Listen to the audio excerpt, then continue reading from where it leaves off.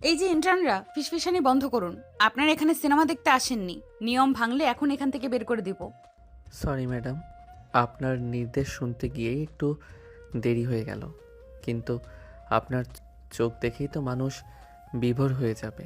কাজ করবে কি করে? হোয়াট? তোমার মাথা ঠিক আছে? কি বলছো না বলছো? অপারেশনে কেউ এসব বলে? কোথায় কি হবে এইটুকু কমন সেন্স এখনো হয়নি তোমাদের নাকি? ম্যাডাম, এরকম একজন সুন্দরী হট ম্যাডাম সামনে থাকলে কেউ... শাট আপ! কাজে মন দাও। আমার লাইফেও এসব শুনিনি আমি। বের করে দেবো একেবারে। নদী ম্যাডামের ধমকে আকাশ চুপ হয়ে যায় এবার। ঢাকা শহরের সবচেয়ে প্রেস্টিজিয়াম হাসপাতাল, city hospital, integrated operating theatre সদ্য ইন্টার্ন হিসাবে যোগ দিয়েছে আকাশ চৌধুরী। তার চোখে মুখে কৌতূহল এবং কিছুটা উত্তেজনা, কিন্তু পরিবেশ আজ বেশ গম্ভীর, কারণ থিয়েটারে জটিল হার্ট অপারেশন চলছে। আকাশ একটা সবুজ সার্জিক্যাল গাউন পরে দাঁড়িয়ে, তার পাশে বন্ধু মিমি। তারা একটু দূরে দাঁড়িয়ে অপারেশনের প্রস্তুতি দেখছিল। মিমি ফিসফিস করে বলছিল, কি রে আকাশ, এটা কি আমাদের দেশের সেরা হাসপাতাল নাকি হলিউডের অ্যাকশন সিনেমার সেট? গাউন পরতে গিয়ে দম বন্ধ হয়ে আসছে। চুপ কর মিমি, এটাই আমাদের ভবিষ্যৎ। আর দেখ, সার্জারির প্রিসিশন মন দিয়ে শেখ। তোর মনোযোগ কই, ভালো করে দেখ। মিমিকে মনোযোগ দিতে বলল আকাশ নিজেও আসলে মনোযোগ দিচ্ছিল না অপারেশনে, বরং তার চোখ আটকে গিয়েছিল অপারেশনের টেবিলে থাকা প্রধান নার্সের দিকে। সে বেশ লম্বা, চোখে মুখে কঠোর ভাব, যেন বেশ রেগে রেগে আছে। তার হাতে সব যন্ত্রপাতি সাজানো, কণ্ঠস্বর যেন শান্ত অথচ এমনভাবে নির্দেশ দিচ্ছে যেন তার কণ্ঠ ইস্পাতের মতো ধারালো। ইনি হলেন নদী রহমান, বয়স 28, এখানকার হেড নার্স। নদী শান্তভাবে কাজ করছেন। তার পাশে ডক্টর রিনাকে উদ্দেশ্য করে বলেন, suture, fine. Suture ready, time. ধন্যবাদ নদী, তোমার মনোযোগ সত্যিই প্রশংসার যোগ্য। খুব ভালো করছো। নদীর কণ্ঠস্বর, তার দৃঢ়তা আর চোখের সেই কঠিন দৃষ্টি, সব কিছু যেন মুহূর্তেই আকাশের চঞ্চল মনকে থামিয়ে দিল। এমন পেশাদারিত্ব সে আগে দেখেনি। আকাশ মিনিকে ধাক্কা দিয়ে ফিসফিস করে বলল, ও মাই গড, মিমি দেখ। কি দেখবো? বিরক্ত করিস কেন? আরে, ওই যে সিনিয়র নার্স, ওনার দিকে দেখ। উনি উনি তো পুরো আইস প্রিন্সেস। কোনটা? আরে উনি উনি তো হেড নার্স। নদী, নদীর মতো শান্ত, কিন্তু রাগের চেয়েও বিশাল। কড়া মেজাজের জন্য বিখ্যাত। সাবধান। কড়া মেজাজ? তাহলে তো এই কড়া মেজাজের সুন্দরী মিসের জন্য একটা চ্যালেঞ্জ নিতে হয়। আমার নাম আকাশ চৌধুরী। আমি কখনো চ্যালেঞ্জে হারতে শিখিনি। এই আইস প্রিন্সেসকে তো আমি গলিয়েই ছাড়ব আমার প্রেমে। আকাশ, তোর মাথাটা পুরোপুরি গেছে। তোর মতো এমন হাজারটা আকাশ আসলেও ম্যাম গলবে না। ঠিক তখনই নদী কঠোর দৃষ্টিতে আকাশদের দিকে তাকায় আর ধমক দেয়, কিন্তু আকাশ মোটো বিচলিত না হয়ে দুষ্টামি করে উত্তর দেয়। নদী পুরো হা হয়ে থাকে। এরকমভাবে কেউ আগে তার সাথে কথা বলেনি কিংবা সাহসও দেখায়নি। মিমি দ্রুত আকাশের মুখে হাত চাপা দিয়ে তাকে টেনে সরিয়ে দেয়। নদী আরও কঠোর চোখে তাকায়। কিছুক্ষণ পর অপারেশন শেষ হয়েছে। হেড নার্স ততক্ষণে চলে যায়। আকাশ খোঁজাখুঁজি করেও নদীকে পায় না, তাই এবার সে তার মিশনে নামে। নদীর সম্পর্কে তথ্য জোগাড় করতে থাকে। সে মিমিকে সঙ্গে নিয়ে নার্সিং রুমগুলোতে চক্কর দেওয়ার কথা বলে। চল, আগে জানতে হবে উনি কখন আসেন কখন যান, তারপর না হয় অ্যাকশন প্ল্যান তৈরি করা যাবে। তোর কি মাথা খারাপ? তুই তোর অ্যাসাইনমেন্টে মনোযোগ দে। তোর assignment kidney unit, heart unit নয়। আরে বাবা, এটাই আমার সুপার স্পেশাল অ্যাসাইনমেন্ট। ঠিক তখনই ওয়ার্ড বয় বাবু সামনে দিয়ে যাচ্ছিল। আকাশ ওয়ার্ড বয় বাবুকে দেখে এগিয়ে যায়। কিরে বাবু, এদিকে আয়। জি। ওই যে সিনিয়র নার্স যিনি হার্ট ইউনিটে থাকেন, উনি কেমন? না, তোকে বললাম। আবার কি জানতে চাস ওর থেকে? তুই চুপ থাক, তুই জানিস ঘোড়ার ডিম? বলতো দে। হ্যাঁ বাবু, বলো তুমি। ওনার কাছে যেতে হবে আমার। স্যার, উনি উনি হলেন হেড নার্স নদী। আর উনি হলেন এই ফ্লোরের যমদূত। ভুল হলেই ফাইল ছুঁড়ে মারেন। আপনি ওনার ধারে কাছেও যাবেন না স্যার। রাগী বদমেজাজি একটা মহিলা। হা হা হা। যমদূত? তাহলে তো আমাকে আরও বেশি করে যেতে হবে। যা, তোকে এখন থেকে ভালো টিপস দেব। যমদূত পারফেক্ট। ধুর বাবা, তোর পাল্লাই আমি নেই। আমি চলি আকাশ, বাসায় যেতে হবে আমার। হ্যাঁ যা যা, তুই না থাকলেও পারবো। হুশ। বাবু চলে যায়, পিছনে মিমিও চলে যায়। এই ভেজালে পড়তে ভয় পাচ্ছিল। আকাশ এবার নার্সিং রুমগুলোর সামনে যায়, যেখানে জুনিয়র নার্স মিনা কাজ করছিল। আকাশ অত্যন্ত বিনয়ের সাথে বলে, এক্সকিউজ মি, মিনা ম্যাডাম তাই তো? জি স্যার। ওই যে নদী হেড নার্স, তার রুমটা কোনটা? আসলে ডক্টর রহমান স্যারের একটা খুব জরুরি ফাইল ওনার কাছে পৌঁছে দিতে হবে, খুব গোপনীয়। স্যার, এটার শেষ প্রান্তে ওনার চেম্বার, কিন্তু উনি এখন বিশ্রাম নিচ্ছে। বিশ্রাম নিচ্ছেন? তাহলে তো এই ফাইলটি এখনই পৌঁছানো উচিত। ধন্যবাদ ম্যাডাম। আকাশ নদীর চেম্বারের দিকে যায়, বার কয়েক দরজায় নক করে আর বলে, আমি আকাশ, একটু দরজাটা খুলেন। নদী আকাশের নাম শুনে চমকে যায়। সে বুঝতে পারে এটা সেই ছেলেটা যে তার সাথে ফ্ল্যাটিং করছিল। সে না দেখার জন্য বাহানা খুঁজে। আকাশ আবারও নক করে, তখন কিছুক্ষণ পর ভেতর থেকে আওয়াজ আসে, এখন যান প্লিজ, আমার এখন ডিউটি অফ। আমার ডিউটি রাতে। কোনো এমার্জেন্সি হলে হাসপাতাল থেকে আমাকে বলবে। আপনারা যেই এসেছেন, এখন আমি অ্যাভেলেবেল নই। আকাশ চলে যায়, কিন্তু সে হাল ছাড়ে না। এবার একটু খোঁজ খবর নিল, জানতে পারলো আজ রাতে নদীর নাইট শিফট। এটাই সুযোগ। সে সিদ্ধান্ত নিল নিজের অসুস্থতার মিথ্যা নাটক করে নদীর ইউনিটে ভর্তি হবে। আকাশের এই ইচ্ছেতে কোনো বিধিসাত দিল না। তার একটু একটু জ্বর ছিল। আকাশ এই সামান্য জ্বর নিয়ে ডাক্তার রিনার কাছে যায়। কাপা কাপা স্বরে নাটকীয় ভঙ্গিতে বলে, ডক্টর রিনা, আমার শরীরটা কেমন যেন করছে, মাথা ঘুরছে মনে হচ্ছে। আকাশ চোখ বন্ধ করে ঢলে পড়ার ভান করে। ডক্টর রিনা চিন্তিত হয়ে বলে, কি হয়েছে আকাশ? তুমি তো ঠিকই ছিলে। আর আমার মনে হচ্ছে আমার হার্টবিট ঠিক মতো চলছে না। আমাকে এখনই অবজারভেশনে রাখা উচিত। ঠিক আছে, যাও হার্ট ইউনিটের 210 নাম্বার কেবিনে ভর্তি হও। আমি নদীকে বলছি তোমার ফাইল দেখতে।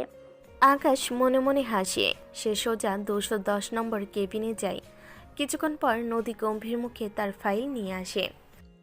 ইন্টার্ন আকাশ চৌধুরী, আপনার কি হয়েছে শুনি? ফাইল বলছে আপনার সামান্য জ্বর। এটা নিয়ে আপনি এখানে ভর্তি হয়েছেন কেন? ম্যাডাম, সামান্য জ্বর নয়, এটা প্রেমে পড়ার জ্বর। আর আপনি একমাত্র নার্স যিনি এই রোগের চিকিৎসা জানেন। আকাশ কেবিনে শুয়েছিল, কথাগুলো বলে এক চোখ টিপে হাসে। নদী কাহিনী বুঝতে পারে, বিরক্ত হয়ে ফাইল ছুঁড়ে মারে সে। ফাজলামো বন্ধ করুন। আর আপনি জানেন হাসপাতালের এক একটা বেড কত মূল্যবান? এখানে এসে অযথা নাটক করছেন। আপনার এই অসুস্থতা যদি আসলেই ফাজলামি অসুস্থতা হয়, তবে আমি আপনাকে সাসপেনশনের ওষুধ খাইয়ে মেরে ফেলবো। চেনেন আপনি আমাকে?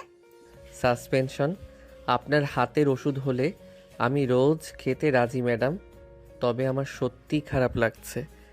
জ্বর এসেছে, এইটা মিথ্যা না।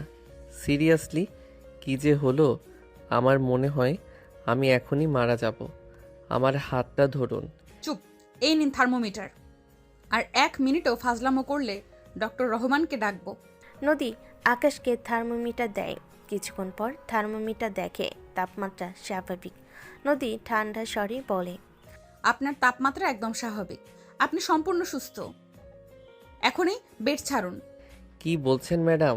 আপনি জানেন না আমার জ্বর ছিল কিছুক্ষণ আগেও, হয়তো এখন চলে গেছে, কিন্তু আমার হৃদস্পন্দন এখনও থামেনি, জোরে জোরে বিট করছে। আপনার দিকে তাকালেই এটা হয়, বিশ্বাস করুন। আর এই রোগের একমাত্র ওষুধ হলো আপনার সান্নিধ্য। ইন্টার্ন আকাশ চৌধুরী, আপনি কি ডাক্তার নাকি কমেডিয়ান? যান, সুস্থ হয়েছেন, এক্ষুনি বের হন। আকাশ আর কথা বাড়ে না। প্রেমের শুরুতে মিস খেপে গেলে সমস্যা হবে। বেড ছাড়লেও সে হাসপাতাল চায়নি। সে লুকিয়ে লুকিয়ে হাসপাতালে বারান্দায় ঘোরাঘুরি করছিল। রাত গভীর হয়ে যায়, হাসপাতাল শান্ত। নদীর নার্সিংরুমে বসে রোগীর চার্ট দেখছিল। আকাশ সেখানে একটু ঢু মারে, তারপর আলতো করে নদীর দিকে একটি ভাঁজ করা চিরকুট ছুঁড়ে মারে। নদী বিরক্ত হয়ে চিরকুটটি তুলে নেয়। এটা কি? চিরকুট খুলে দেখে সেখানে লেখা, আপনি যখন রেগে যান তখন আপনার চোখ দুটো আরও সুন্দর লাগে। নদীর চোখ তুলে দেখে আকাশ বারান্দার শেষে দাঁড়িয়ে আছে। নদী ফাইল ছুঁড়ে মারার ভঙ্গি করে। আকাশ দূরে দাঁড়িয়ে ফিসফিস করে বলে, আপনি রাগ করুন আর আমি ভালোবাসি। হায় মেরে যান, ভালোবাসতেই তো শিখেছি, রাগ করতে নয়। নদীর আগে রুমের বাইরে আসে। আকাশ দ্রুত সিঁড়িতে নেমে যায়। নদী চিল্লাপাল্লা করলে সমস্যা তাই। পরের দিন সকালে নদী তার চেম্বারে কাজ করছিল। তার টেবিলে একটি ছোট্ট কাগজ পড়ে থাকতে দেখে সেটা তুলে পড়ে। কাগজটাতে ছোট্ট পদ্ম লেখা, আমার রাতের ঘুম চুরি করে কে? দিনের আলোয় মনটা আমার নীল কেড়ে। আপনি ম্যাডাম খুব কড়া মানি, কিন্তু মনের গভীরে আপনিই আমার রানী। নদী চারপাশে তাকায়। আকাশকে দেখতে না পেয়ে সে কাগজটা দ্রুত ভাঁজ করে ব্যাগে ঢুকিয়ে নেয়। তার মুখে সামান্য হাসি ফুটে ওঠে। সেখানে শুভ্রা এসে নদীকে হাসতে দেখে জিজ্ঞেস করে, কি রে নদী, হাসছিস কেন? তোর মুখে তো হাসি আসে না সহজে। নিশ্চয়ই কোনো ভালো খবর? আরে ও কিছু না, একটা ফাজিল ইন্টার্ন ডাক্তারকে সাসপেন্ড করার প্ল্যান করছি। মানে কি? কি যাতা? যা তা নয়, পরে দেখবি, বাদ দে। এদিকে আকাশ ভাবছিল সে কি করে নদীকে পটাতে পারে। সে জানতো সরাসরি প্রেম নিবেদন করলে নদী প্রত্যাখ্যান করবে। তাই সে তার দুষ্টামি এবং একটু একটু ভালোবাসা দিয়ে নদীর হৃদয়ে তার জায়গা তৈরি করার চেষ্টা করছিল।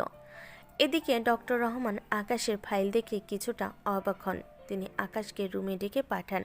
নদী সেই সময় সেখানেই ছিল, কারণ সে আকাশের নামে ডক্টর রহমানের কাছে বিচার দিয়েছিল।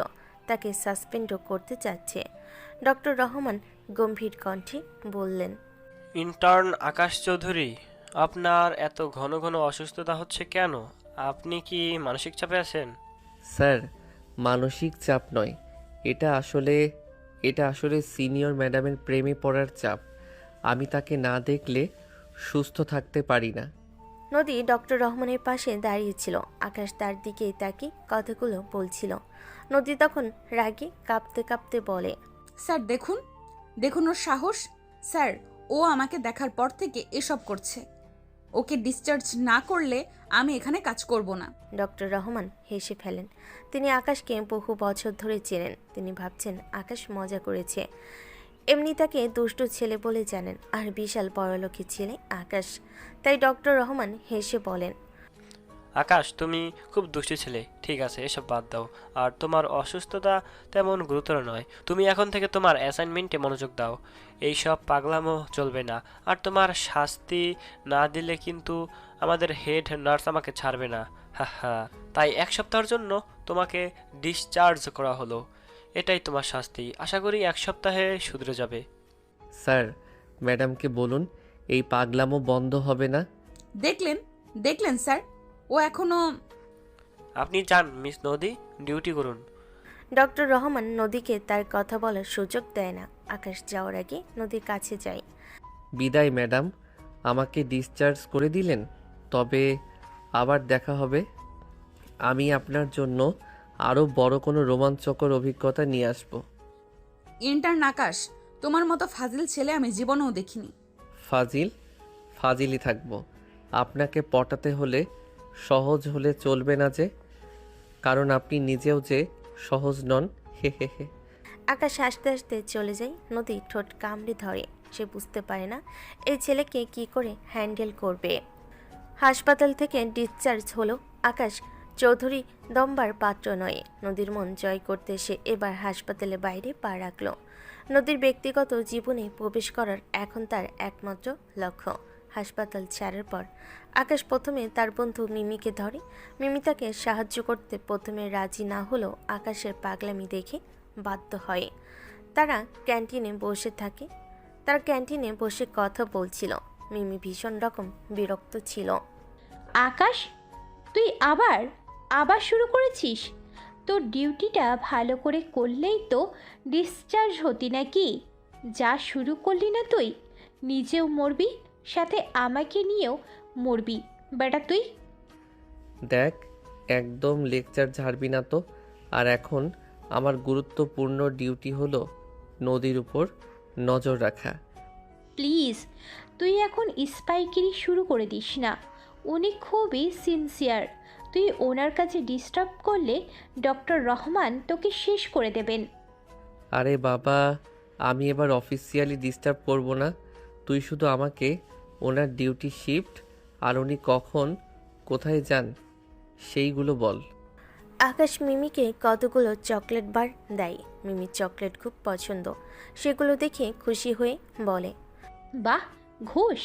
ঠিক আছে, বলছি, তবে সাবধানে, বেশি বাড়াবাড়ি করবি না কিন্তু। নদীর কাজ শেষ হয় প্রতিদিন বিকেল 5টায়। উনি সবসময় স্কুটারে যান আর বাসায় ফেরেন একটা নির্দিষ্ট রাস্তা ধরে। তবে সাবধান, ট্রিটমেন্টটা যেন বেশি সিরিয়াস না হয়ে যায়। আকাশ আর দাঁড়ায় না, সে তার স্কুটারে চেপে বসে।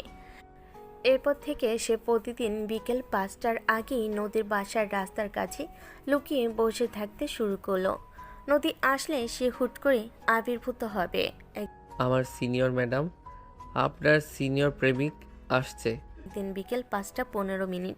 নদী হাসপাতাল থেকে বের হচ্ছে। তার পরনে হালকা রঙের সালোয়ার কামিজ, মুখে সেই কঠোর পেশাদারিত্বের ছাপ। নিজের স্কুটারের কাছে যায় সে।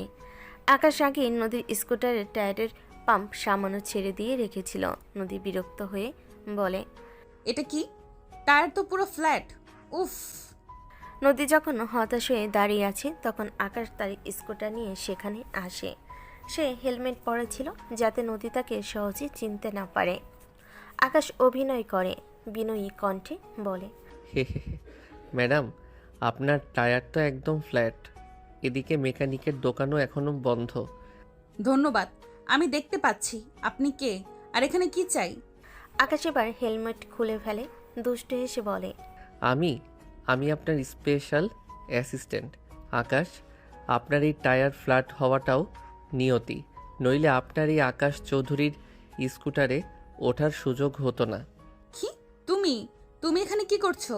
তুমি কি আমার পিছু নিয়েছো? পিছু নয় ম্যাডাম, এটা হলো গার্ড ডিউটি। আপনার নিরাপত্তা দেখার দায়িত্ব আমার। প্লিজ, আজ আমি আপনাকে পৌঁছে দেই। আমার এই ফাজিল ছেলের সাহায্য নিতে একদম ইচ্ছে করছে না, কিন্তু উপায় নেই। ঠিক আছে চলো, কিন্তু ভুলেও কোনো ফাজলামো করবে না। নদী পিছনে বসলো। আকাশ আনন্দে লাফিয়ে ওঠে। ইয়েস, এইবার আমার স্কুটার আমার রানীকে নিয়ে চলবে। বসুন ম্যাডাম, শক্ত করে ধরুন।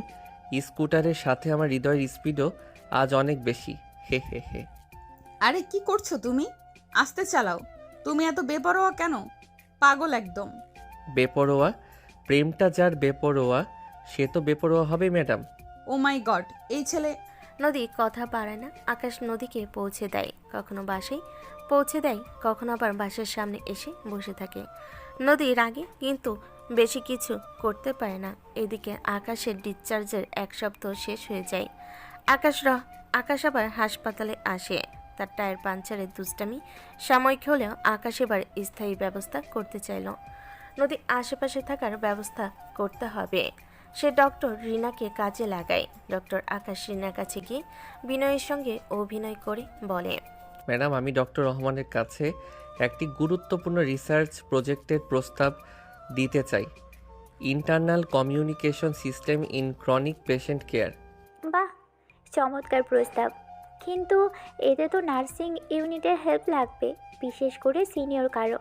ঠিক ধরেছেন ম্যাডাম, আর এই বিষয়ে নদী ম্যাডামের চেয়ে ভালো আর কেউ নেই। আমি যদি ওনার সঙ্গে নিয়মিত কাজ করি তবে এই প্রজেক্ট সফল হবেই।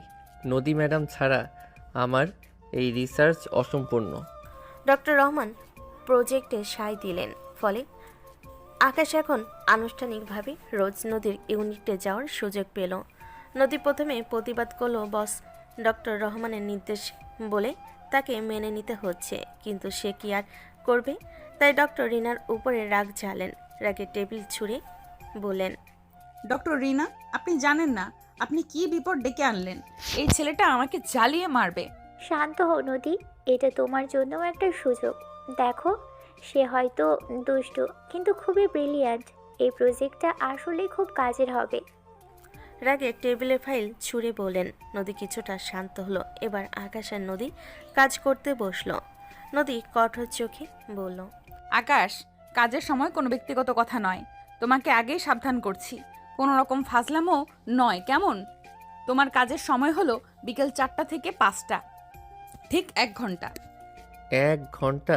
ঠিক আছে, ওয়ার্ক ইজ ওয়ারশিপ। তবে একটা কথা ছিল, আপনার হাতের লেখা এত সুন্দর কেন? আপনি কি ছোটবেলায় ছবি আঁকতেন? আবার ফাজলামো? আমি তোমাকে ফাইল দেখতে বলেছি। ফাইল দেখছি, কিন্তু আপনিও তো ফাইলের চেয়েও সুন্দর, তাই না চাইতেও আপনার দিকে চোখ চলে যায়।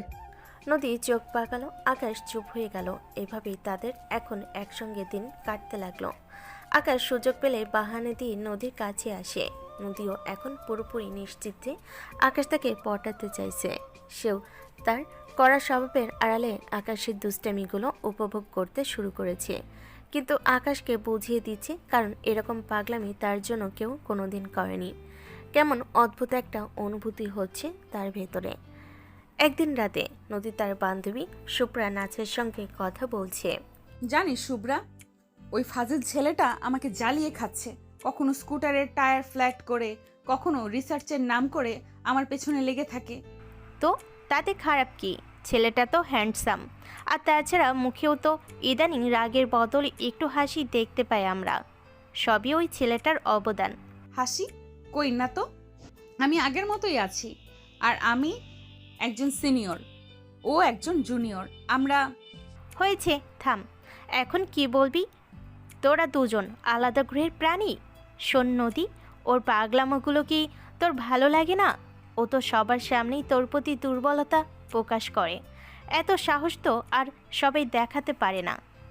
শুভ্রার কথাই নদীর মনেও প্রশ্ন জাগে। ঠিকই তো, আকাশের মতন এমন সাহস কজন দেখাতে পারে? আকাশ সবার থেকে আলাদা, একদম আলাদা। সে বুঝতে পারে আকাশের দুষ্টামিগুলো তাকে আনন্দ দিচ্ছে। পরের দিন আকাশ অফিসিয়াল কাজে নদীর চেম্বারে যায়। সে দরজার বাইরে দাঁড়িয়েছিল। নদী ভেতরে না এসে তার কাছে গিয়ে অফিসের ফাইল এগিয়ে দিয়ে বলে, তোমার কাজ শেষ হয়েছে আকাশ? না ম্যাডাম, আমার আসল কাজ তো শুরুই হয়নি। আসল কাজ মানে কি বলতে চাইছো? এখন ঢোকা যাবে নাকি আপনার মনটা এখনো নো এন্ট্রি সাইনবোর্ড ঝুলিয়ে রেখেছে? বাইরে যাও এখন, আর মাত্র 15 মিনিট সময় আছে। ফাজলামো করলে প্রজেক্ট ক্যান্সেল করে দিব। Project cancel? আরে না, এই প্রজেক্ট আমার জীবনের মোস্ট ইম্পর্ট্যান্ট প্রজেক্ট। এমনটা করবেন না। যাচ্ছি। আকাশ এক চোখ টিপে চলে যায়। নদী হাসতে থাকে। একদিন বিকেল 5টায় আকাশ কাজ শেষ করে নদীর জন্য অপেক্ষা করছিল। হঠাৎ আকাশ ভেঙে বৃষ্টি নামে। নদী হাসপাতাল থেকে বের হওয়ার সময় দেখল আকাশ গেটের পাশে দাঁড়িয়ে আছে, তার হাতে একটি ছাতা। নদী বিরক্ত হয়ে বলে, কি ব্যাপার, তুমি এখনো এখানে? জানতাম আপনি বৃষ্টিতে ভিজতে ভালোবাসেন না, তাই বৃষ্টি দেখে ছাতা নিয়ে দাঁড়িয়েছিলাম। এই নিন, ছাতাটা নিন। আর তুমি তো ভিজে যাবে। আমি ভিজলে ভিজবো, আমার তো কেবল ওইটুকুন জ্বরই আসে। কিন্তু তাতে আপনার কি? আপনার মনটা তো ভীষণ কঠিন। আমার শরীরে জ্বর আসুক না হয় যা খুশি হোক, আপনার দেখতে হবে না। নদী আকাশের কথা শুনে চুপ হয়ে যায়। তার মুখের কঠোর ভাব উবে গিয়ে একটু নরম হয়। তার হাতে থাকা ছাতাটা সে আকাশের দিকে বাড়িয়ে ধরে। এই নাও, ছাতার নিচে আসো। এইটুকু সহানুভূতি তো আমার কাছেও আশা করতে পারো। আমি এতটাও কঠিন নই। হুম, এই মুহূর্তে আপনার সহানুভূতি নয়, আমি আপনার মন চাই। নদী এবার আর রাগ করে না, কথা বাড়ায় না। ছাতাটা আকাশকে ফিরিয়ে দিয়ে সে দ্রুত স্কুটার নিয়ে চলে যায়। আকাশ ছাতাটা দূরে ছুঁড়ে ফেলে দিয়ে বৃষ্টিতে ভিজতে ভিজতে ঘুরতে থাকে আর মনে মনে হাসে। সে জানে সে নদীর কঠিন হৃদয়ে সামান্য হলেও জল ঢালতে পেরেছে। নদী বাসে আসে। তার কাছে কেমন কেমন যেন লাগছে সব। সে এখন বুঝতে পারছে আকাশ শুধু দুষ্টু নয়, তার আবেগ, তার ভালোবাসা ও সত্যি। কিন্তু সে কি করবে? সে একজন নার্স, হেড নার্স। তার চিন্তা ভাবনা ছিল কেবল নার্সিংকে ঘিরে। সংসার বাসকে কোনোদিনই চায়নি। এসব ভাবতে ভাবতে সে কখন ঘুমিয়ে পড়েছে জানে না। রাতের বেলা ঘুম থেকে উঠল, ঘড়ি দেখে মনে মনে ভাবে এতক্ষণ ঘুমালো সে। আজ অবশ্য নাইট ডিউটি নেই, তার শিফট মাঝে মাঝে অদল বদল হয়। সে নিজেও এতে খুশি। এক রুটিন চলতে কার ভালো লাগে? নদী এক কাপ চা নিয়ে বারান্দায় বসে। বাইরে পৃথিবী তখন একদম অন্ধকার, তবে বারান্দা থেকে মাঝে মাঝে ব্যস্ত রাস্তা, তার লোকজন দেখা যাচ্ছে, আর দোকানপাটের আলো ঠিকরে আসছে তার বারান্দায়। প্রকৃতি এই মুহূর্তে খুব সুন্দর লাগছে নদীর। মনটাই ভালো হয়ে যায়। হঠাৎ করে বৃষ্টি শুরু হয়। নদী বৃষ্টি পছন্দ না। বৃষ্টি হলে আবহাওয়া কেমন জানি মরা মরা থাকে। অকারণেই তার তখন কান্না পায়। বৃষ্টির ঝটকা বারান্দায় আসতেই নদী বলে ওঠে, ইস, যাই একটু বারান্দায় বসলাম, অমনি বৃষ্টি শুরু হতে হলো। আজব, এই ফাজিল ছেলেটার মতো বৃষ্টিও আজকাল আমার সাথে ফাজলামো শুরু করে দিচ্ছে। এই বলেই নদী উঠতে যাবে, নিচে তাকিয়ে দেখে হা হয়ে যায়। রাস্তার ঠিক তাদের বাসার নিচে বারান্দা বরাবর একটা ছায়া দাঁড়ানো। নদী ভালো করে দেখে বুঝলো ওটা আকাশ। আজব, এই ছেলে রাত করে বাসার সামনে, ওই দিকে বৃষ্টি হচ্ছে, বৃষ্টির মধ্যে ভিজে ভিজে। না, এই ছেলেকে নিয়ে আর পারা যাবে না। নদী উপর থেকে চেঁচিয়ে বলে উঠল, আরে ওই, তুমি এখানে কি করো? বৃষ্টিতে ভিজতেছো কেন এমনে? যাক, এতক্ষণে চোখ পড়লো তাইলে। কি আর করব, আপনাকে দেখতে আসছি। কি বলে এই ছেলে? পাগল নাকি? দেখতে আসছে মানে কি? এই পাগল নাকি তুমি? এই বৃষ্টির মধ্যে দাঁড়িয়ে যাও, বাসায় যাও। যাব না, আপনাকে না দেখে যাব না। নদী বুঝলো এইভাবে হবে না। এই ছেলে সহজে কথা শোনা নয়। সে দৌড়ে ছাতা নিয়ে আসলো। নিচে নেমে দেখে আকাশ ভিজে ভিজে রীতিমতো কাঁপছে। নদী বিরক্ত হয়ে গেল। এই ছেলে, এই তোমার কি সমস্যা? কি চাও তুমি? আর আপনি কাজ থেকে বাসায় ফিরেছেন 6 ঘন্টা 35 মিনিট 58 সেকেন্ড। এই এত বিশাল সময় আপনার চেহারাটা আমার চোখ দুটি দেখতে পাইনি। আপনি ভাবতে পারেন ওরা আমার কাছে এই অবিচারের জন্য কত অভিযোগ করছে? আমি কি করে বসে থাকতাম বলেন তো? নদী হাঁ করে তাকালো। হাসবে না কাঁদবে বুঝলো না। মানুষ এত পাগল হয়? নদী এবার হেসে দিল। আকাশ লক্ষ্য করলো। আপনি হাসছেন তাই না? কই না তো, কে হাসছে?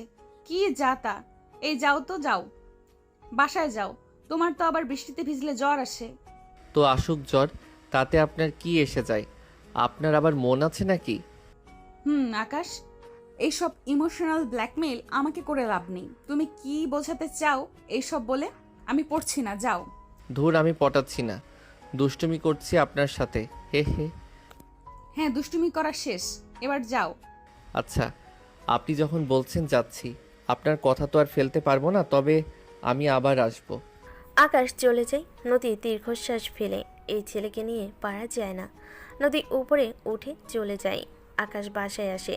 সে ঘুমানোর চেষ্টা করে, কিন্তু চোখ বুঝতে নদীর চেহারা ভেসে ওঠে। এদিকে নদীও আজ ঘুমাতে পারছে না। কেমন যেন অস্বস্তি লাগছে বারবার। সে বুঝতে পারছে না কেন এমন হচ্ছে তার সাথে। সে উঠে দাঁড়ায়, বারান্দায় আসে, ছটফট লাগে। নদীর মা নদীকে দেখে এগিয়ে আসে। কি রে, তোকে এমন লাগছে কেন? সব ঠিক আছে তো? হ্যাঁ ঠিক আছে মা, তুমি ঘুমাও না। ঘুমাইতে যাচ্ছি, দেখলাম তুই বারান্দায় হাঁটাহাঁটি করছিস। সব ঠিক আছে কি? হ্যাঁ মা, সবই ঠিক আছে, তুমি যাও ঘুমাও। ঠিক আছে, তুইও ঘুমিয়ে পড়িস। আচ্ছা ঠিক আছে। নদীর মা চলে যায়। নদী তেমনি বারান্দায় দাঁড়িয়ে থাকে। কিছুক্ষণ পর দাঁড়াতে না পেরে বারান্দায় বসে পড়ে। হঠাৎ কখন যেন তার চোখ বুজে যায়।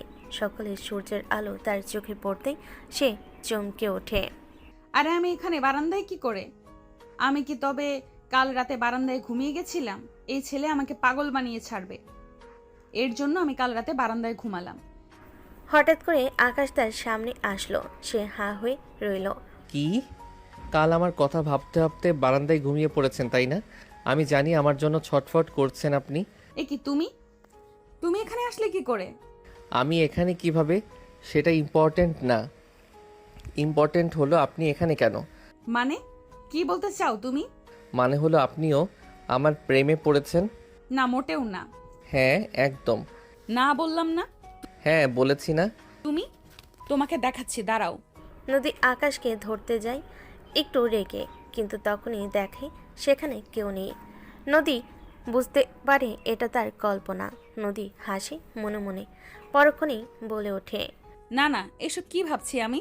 এসব কখনো সম্ভব না, কখনো না। ওই ছেলেটাকে আর পাত্তা দেওয়া যাবে না, একদম না।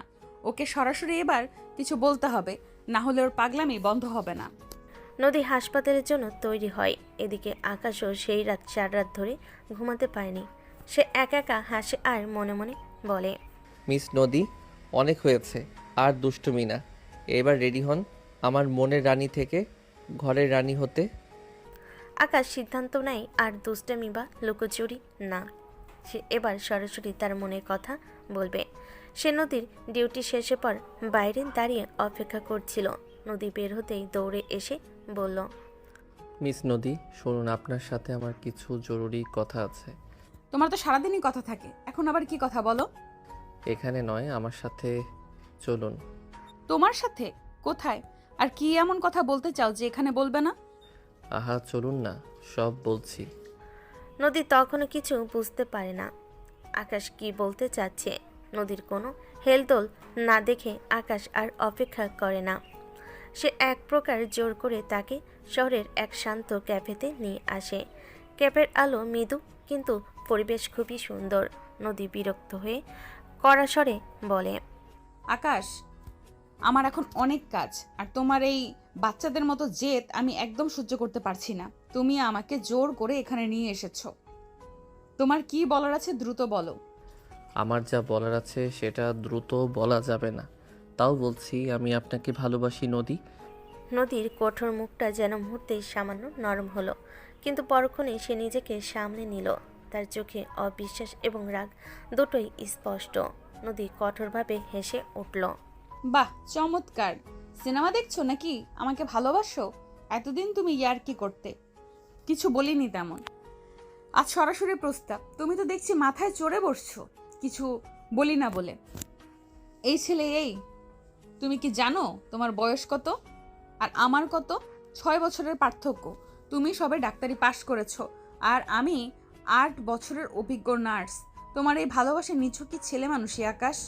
না নদী, আমি জানি আমাদের মধ্যে বয়সের পার্থক্য আছে, স্ট্যাটাসের পার্থক্য আছে, কিন্তু আপনি তো আমাকে সেই প্রথম দিনই অপারেশনের টেবিলে ফেলে দেওয়া হার্টের মতো দুর্বল করে দিয়েছেন। এই আবেগ ছেলে মানুষই নয়, এটা আপনার প্রতি আমার গভীরতম সম্মান, ভালোবাসা। সম্মান?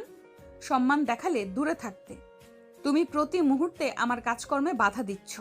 তোমার এই পাগলামি আমার ভালো লাগে, কিন্তু আমি তোমার জীবন নষ্ট করতে চাই না। আমার জগৎ কঠিন, আর তোমার জগৎটা বড্ড সহজ। আর তাছাড়া তোমরা বড়লোক, তোমার বাবাও আমাকে মেনে নেবে না। আমার বাবা না মানলে সমস্যা নাই, আমি আমার বাবার সব ব্যবসা ছেড়ে দেব, নিজে উপার্জন করব।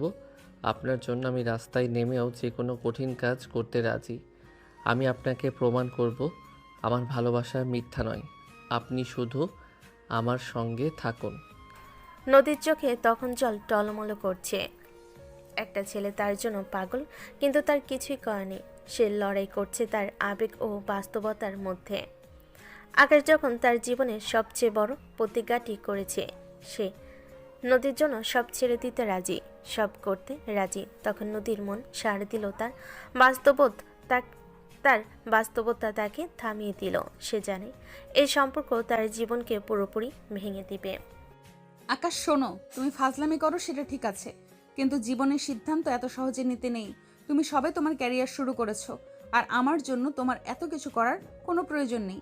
কিন্তু আমার তাতে সমস্যা নেই, আমি সব পারবো। আমি পারবো না আকাশ, আমি একজন সিনিয়র নার্স। তোমাকে যদি আমি গ্রহণ করি তবে হসপিটালের সবাই আমাকে নিয়ে হাসবে। এই সম্পর্ক আমার জন্য লজ্জার, অপমানের। তুমি ভুলে যাও আমাকে। আপনি আমার ভালোবাসাকে লজ্জা বলছেন? আমার পাগলামিকে লজ্জা বলছেন? হ্যাঁ, কারণ তোমার এই ভালোবাসা বাস্তবতা থেকে ভিন্ন। তুমি ধনির দুলাল, কিছুদিন পর তুমি লন্ডনে যাবে, বিদেশে যাবে, আর আমি এই হসপিটালে আমার কাজ করে যাব, এখানেই পড়ে রব। তুমি আমার জীবন থেকে দূরে থাকো, সেটা দুজনের জন্যই মঙ্গল। আর তাছাড়া আমার কাছে আমার পেশাই সব।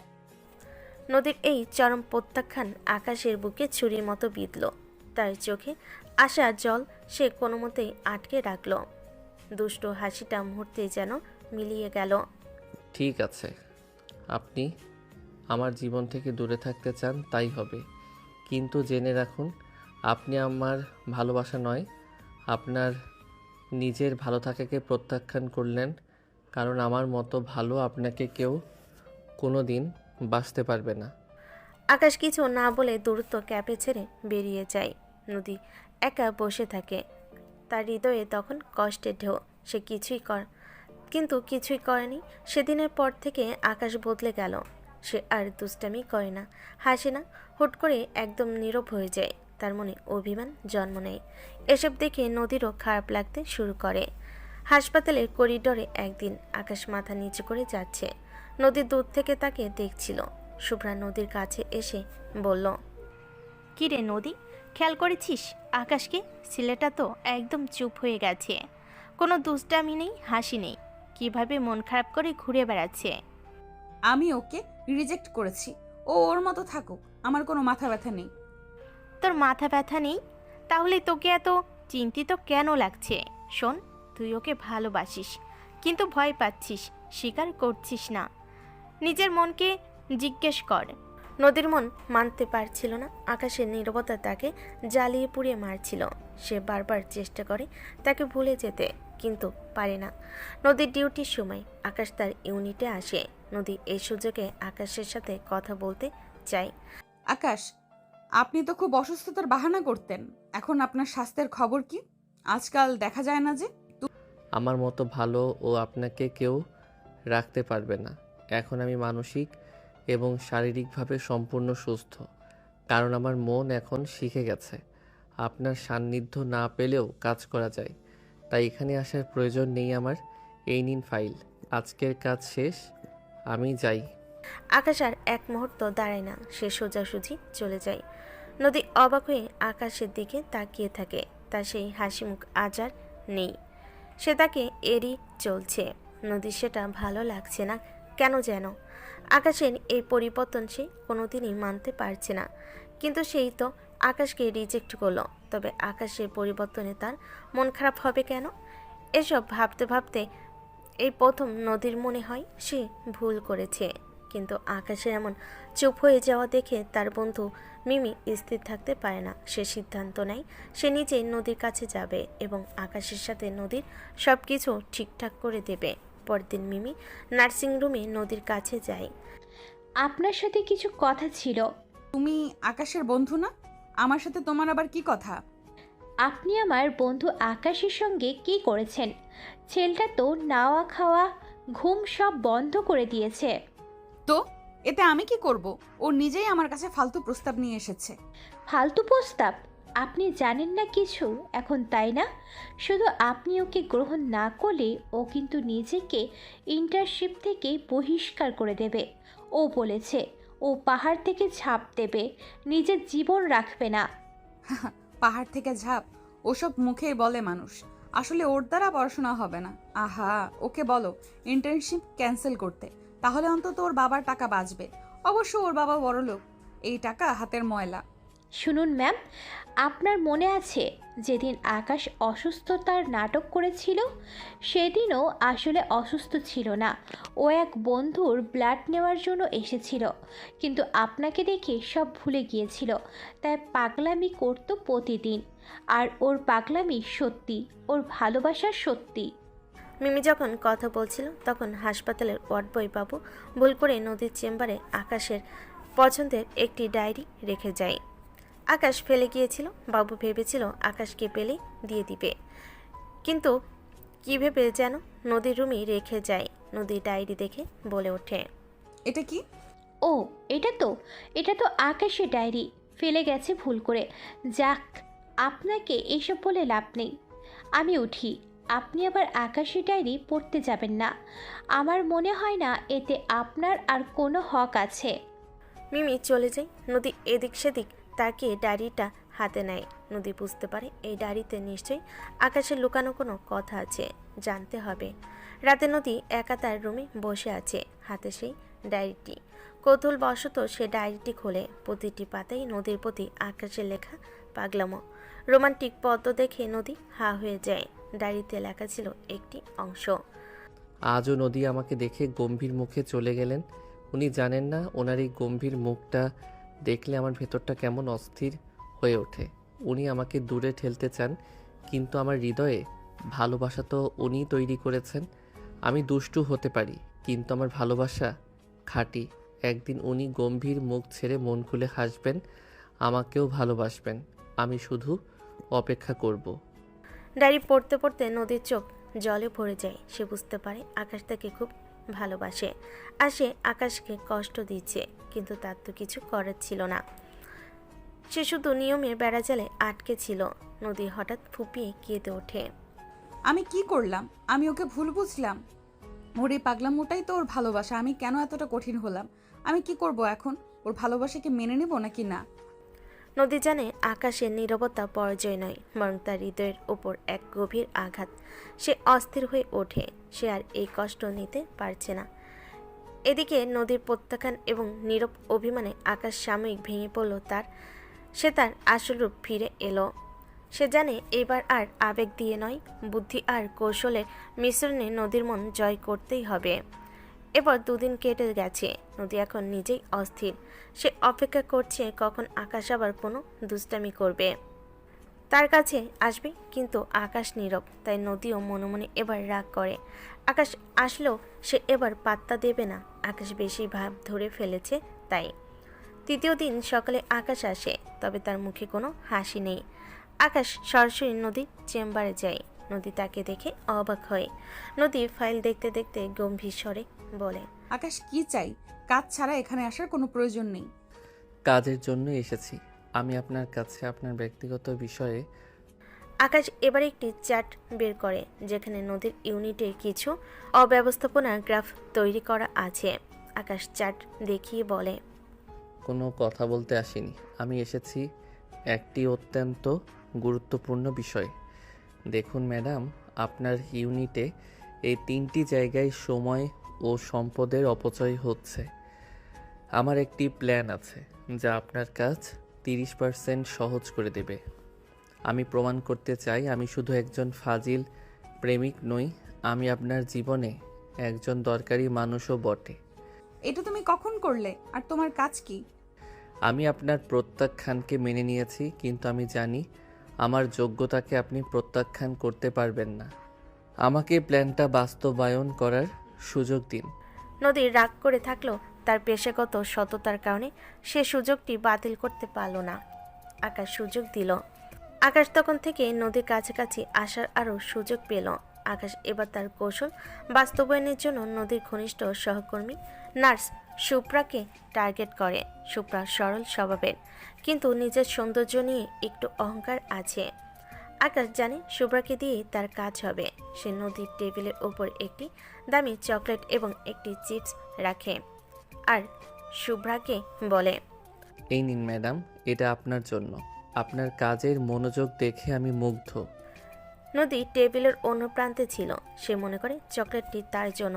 এদিকে শুভ্রা খুশি হয়ে কৌতূহলী চোখে বলে, আমার জন্য? বা এটা কি করে হয়? তুমি তো সবসময় নদীর পিছনে লেগে থাকতে। সে সুবাদে তো নদীকে দেওয়া উচিত। নদী, উনি তো আমাকে রিজেক্ট করে দিয়েছেন আর অনেক ঘুরেছি। এখন আমিও বুঝে গেছি কড়া মেজাজের মেয়ে আমার জন্য নয়। আপনার মতো মিষ্টি নরম মনের মেয়েই আমার আসল চয়েস। শুভ্রা মনে করে আকাশ সত্যি তাকে পটাতে চাইছে। সে লজ্জা পায় এবং নদীর দিকে তাকায়। জুনিয়র কেউ তাকে পছন্দ করে, এটা তার কাছে রোমাঞ্চকর বটে। এদিকে নদী এসব দেখে অবাক হয়ে যায়। সে রাগে চোখ বড় করে তাকায়। আকাশকে ফিসফিস করে বলে, এই ছেলে, তুমি তো বড্ড ফাজিল। আমার পেছনে লাগা সরণি, এখন আবার ওর পেছনে লেগেছো। প্রজেক্টে আমার একজন বিশ্বস্ত সহকর্মী দরকার, আর আপনার থেকে রিজেক্ট হওয়ার পর আমি সিদ্ধান্ত নিয়েছি আমার জীবনে এখন শুধুই প্রফেশনাল সম্পর্ক থাকবে। আপনার সাথে, তাই আমার সম্পর্ক কেবলই প্রফেশনাল। আর বাকি আমি কার সাথে কি করি আপনার জানতে হবে না। নদী আকাশের কথা শুনে হাঁ করে থাকে। আকাশ এত বড় কথা বলল ওকে। এরপর থেকে আকাশ শুভ্রার সাথেই সময় কাটাতে থাকে। তাকে নিয়ে খুব ঘন ঘন কফি খেতে যেতে শুরু করে। একসাথে আড্ডা দেয়, দুষ্টামি করে। এদিকে শুভ্রা মনে করে সে আকাশের প্রেমিকা হয়ে গেছে। সে মনে মনে বেশ খুশি। ওদিকে নদী তো এসব দেখে জ্বলে পুড়ে শেষ হয়ে যাচ্ছিল। শুভ্রা একদিন নদীর কাছে এসে টিজ করে বলে, কি রে নদী, আকাশ তোকে ছেড়ে আমাকে নিয়ে ব্যস্ত, তো তোর কেমন লাগছে? হিংসা হচ্ছে না? আমি জানি হচ্ছে। আসলে তুই ওর জন্য না, কত দারুণ কোমল মনের একটা ছেলে, তোর সাথে ওকে যায় না। আমার মতো নরম মনের মেয়েই তো ওর জন্য পারফেক্ট, কি বল? হ্যাঁ ভাই, খুব ভালো কথা। আমার এসব নিয়ে মাথা ব্যথা নেই, তুই ওকে নিয়ে যা। আগাগোড়া সবটাই তোর, যা। কিন্তু মনে রাখিস, আমার কাজের ক্ষতি হলে আমি তোদের দুজনকেই সাসপেন্ড করে দেব, বড় স্যারকে বলিয়ে। শুভ্রা কিছু না বলে চলে যায়। এদিকে দিনকে দিন শুভ্রা আর আকাশের ঘনিষ্ঠতা দেখে নদীর ভিতরে হিংসে আরও বেড়ে যায়। সে বুঝতে পারে আকাশের এই অন্যদিকে মনোযোগ দেওয়া তার আর ভালো লাগছে না। সে আকাশ তাকে ছাড়া কিছুই বুঝতো না। সে এখন তার দিকে ফিরেও দেখে না। এদিকে আকাশের বাবা মা অনিল এবং মালিনী চৌধুরী বিষয়টা খেয়াল করে। আকাশ হঠাৎ করে কেমন যেন নীরব হয়ে গেছে। বাসায় ছেলের এই পাগলাম এবং নীরবতা দেখে তারা অস্থির হয়ে ওঠেন।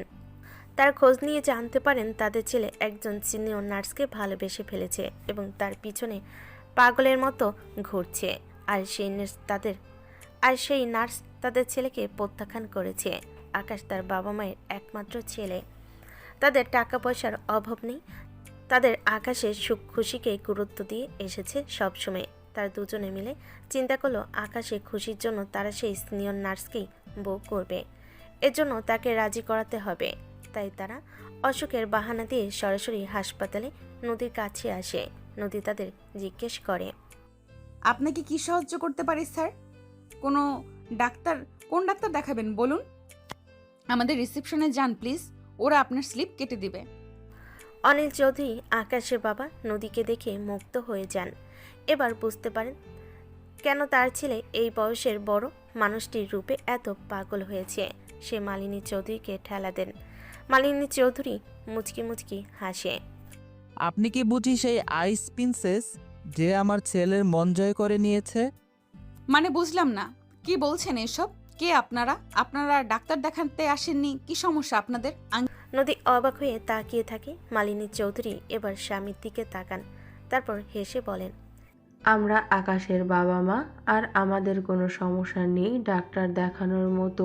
একটা সমস্যা আছে, সেটা হলো আমাদের পাগলটার পাগলামি বন্ধ করতে হবে, আর সেই সমস্যার সমাধান তুমিই দিতে পারো। এই কথা শুনে নদী লজ্জিত হয়ে দ্রুত উঠে দাঁড়ায়। সে কখনো ভাবতেও পায়নি আকাশের বাবা মা এখানে আসবে। রীতিমতো কাঁপছে সে। কোনো রকমে নিজেকে সামলে নিয়ে বলে, আঙ্কেল আন্টি, আমি আসলে। মালিনী চৌধুরী বুঝতে পারে এভাবে আচমকা আসাতে নদী লজ্জা পাচ্ছে। সে নদীর হাত ধরে শান্ত কণ্ঠে বলে, লজ্জা পেও না মা, আমরা তোমার কাছে এসেছি একটা জরুরি কথা বলতে। তুমি হয়তো বুঝতেই পারছো, আসলে আমাদের ছেলেটা খুব দুষ্টু, কিন্তু ওর মনটা খুব ভালো। দেখো মা, আমি স্পষ্ট করে বলি, আমার ছেলে তোমাকে ছাড়া বাঁচবে না। তাই আমি তোমাকে অনুরোধ করতে এসেছি, দয়া করে আমার ছেলেকে বিয়ে করো। আমার এই দুষ্ট জুনিয়র ছেলেটার জন্যই তোমার মতো সিনিয়র বউই দরকার। ওর সব দুষ্টমি তুমি ঠিক করে দিবে। এদিকে হাসপাতালের সবাই এই দৃশ্য দেখছিল। কথা স্পষ্ট শুনতে না পেলেও কামটা বেশ ভালোই বুঝতে পারছে সবাই। নদীর চরম বিপদ, কিন্তু তাদের সরলতা আর এত সুন্দর ব্যবহার দেখে সে রেগে যেতে পারল না। মনে মনে অবাক হলো যে এত বড়লোক বাড়ির লোকেরা তাকে নিজ থেকে এসে তাদের ঘরে হতে বলছে। তাদের ভেতর কোনো অহংকার বোধ নেই। আঙ্কেল আন্টি, আপনারা ভুল করছেন। আমি আকাশকে ভালোবাসি না। আমি তো সব বলেছি ওকে। এসব হয় না, এগুলো সিনেমা গল্পেই সম্ভব, বাস্তবে না। মা, এভাবে বলো না। আজ পর্যন্ত আমার ছেলে কাউকে ভালোবাসেনি। তুমি একমাত্র একজন যে আমাদের ছেলের হার্টবিট চুরি করেছো। তুমি যদি তাকে বিয়ে না করো তবে ও তো ঠিকমতো পড়ালেখাও করবে না। আমাদের আর তার অনেক স্বপ্ন, ডাক্তার হবে। ও ডাক্তারও হতে পারবে না। ওর সফল হওয়ার জন্য তোমার তত্ত্বাবধান আর ভালোবাসা খুব জরুরি। মা, তুমি শিক্ষিত মানুষ। আমরা এত দূর থেকে এসেছি, মনে কিছু না রেখে আশা করি তোমাকে বেশি কিছু বলতে হবে না। আমরা এখন চলি। হাসপাতালে মানুষ বিষয়টা ভালোভাবে দেখবে না। তোমার সাথে আবার কথা হবে ইনশাআল্লাহ। আর আমি কিন্তু আমার ঘর গোছাচ্ছি। কেমন, নতুন বউকে ঘরে তুলবো বলে চলি? আকাশের মা চলে যান। আকাশের মা বাবা চলে যায়। নদীর মুখে হাসি ফোটে। সে বুঝতে পারে আকাশের পরিবারও তাকে ভীষণ পছন্দ করে। তারাও খুব নরম মনের মানুষ। এতে নদীরও মন অনেকটাই নরম হয়ে যায়। এদিকে আকাশ চিন্তা করতে থাকে নদীকে কী করে ইমপ্রেস করতে পারে। সে নদীর সম্পর্কে অনেক খোঁজ খবর নেয়। এরপর নদীর প্রিয় জিনিস সম্পর্কে জানতে পারে। একদিন নদী তার চেম্বারে কাজ করছিল। সে চেম্বারে ঢুকতেই তার টেবিলে একটি ছোট পুরনো বই দেখতে পায়। বইটি ছিল তার ছোটবেলার প্রিয় লেখকের। নদী এই বই অনেক দিন ধরে খুঁজছিল, কিন্তু বাজারে পাওয়া যাচ্ছিল না। নদী বইটি হাতে নিয়ে অবাক হয়ে ভাবে, এটা এখানে কি করে এলো? আমি তো এই বইটাই কত খুঁজেছি। আকাশ তখন দরজায় দাঁড়িয়েছিল। নদীর মুখে হাসি অজান্তে ফুটে ওঠে। আকাশ শান্ত কণ্ঠে বলে, আমি রেখেছি। আমি জানি আপনি আপনার পুরনো জিনিসের প্রতি খুব দুর্বল। আমি এই বইটা ঢাকার পুরনো বইয়ের দোকান থেকে শুরু করে চট্টগ্রামে এবং রংপুরে সহ অনেক জায়গায় খুঁজেছি। প্রায় 1 মাস লেগেছে এটা জোগাড় করতে। তা এই সব করার কারণ তুমি আমাকে ইমপ্রেস করতে যাচ্ছ? না, ইমপ্রেস না। এসব করার কারণ আপনার মুখের ওই মিষ্টি হাসিটা দেখা। আর আমি আপনার জীবনের প্রতিটি ছোট স্বপ্ন পূরণ করতে চাই আমার সাধ্যমতো। আপনার মুখের হাসি যাতে বিলীন না হয়ে যায়, আমি প্রমাণ করতে চাই আমি শুধু আপনাকে ভালোবাসি না, আপনার ছোট বড় সব কিছু খেয়াল রাখি। আপনাকে পাগলের মতো ভালোবাসি। তার জন্য যত যা করতে হয় সব করব আমি। নদী এইবার আর নিজেকে ধরে রাখতে পারল না। সে বুঝতে পারল এই ছেলেটির ভালোবাসা শুধু মুখে মুখে নয়, সত্যি। নদী আবেগ ধরে রাখতে না পেরে বলে, আমি জানি না কি বলবো। তুমি সত্যিই পাগল। আকাশ নদীর কাছে আসে, তারপর নদীর হাত আলতো করে ধরে। নদী শিউরে ওঠে, চোখ বুজে ফেলে। আকাশ বলে, তাহলে আপনি এই পাগলকে ভালোবাসুন নার্স ম্যাডাম। আপনি আমার সিনিয়র বউ হন। কথা দিচ্ছি পৃথিবীর সব সুখ এনে দেব। নদী আকাশকে ধাক্কা দিয়ে বের করে দেয়। সেদিন ছিল হাসপাতালের নাইট ডিউটি। আকাশ, নদী এবং মিমি একসঙ্গে ডিউটি শেষ করলো। ক্লান্তি এবং উত্তেজনা একসঙ্গে মিশেছিল। আকাশ নদীকে চা খাওয়ানোর বাহানায় হাসপাতালের ছাদের উপর নিয়ে যায়। চাঁদনি রাত, মৃদু বাতাস। আকাশ চা এগিয়ে দেয়। এই নিন ম্যাডাম, আপনার কাজ দেখে দিন দিন মুগ্ধ হচ্ছি। অনেক কাজ করেছেন, এবার একটু চা খান। চায়ের কাপে চুমুক দিয়ে একটু রিল্যাক্স হওয়া উচিত।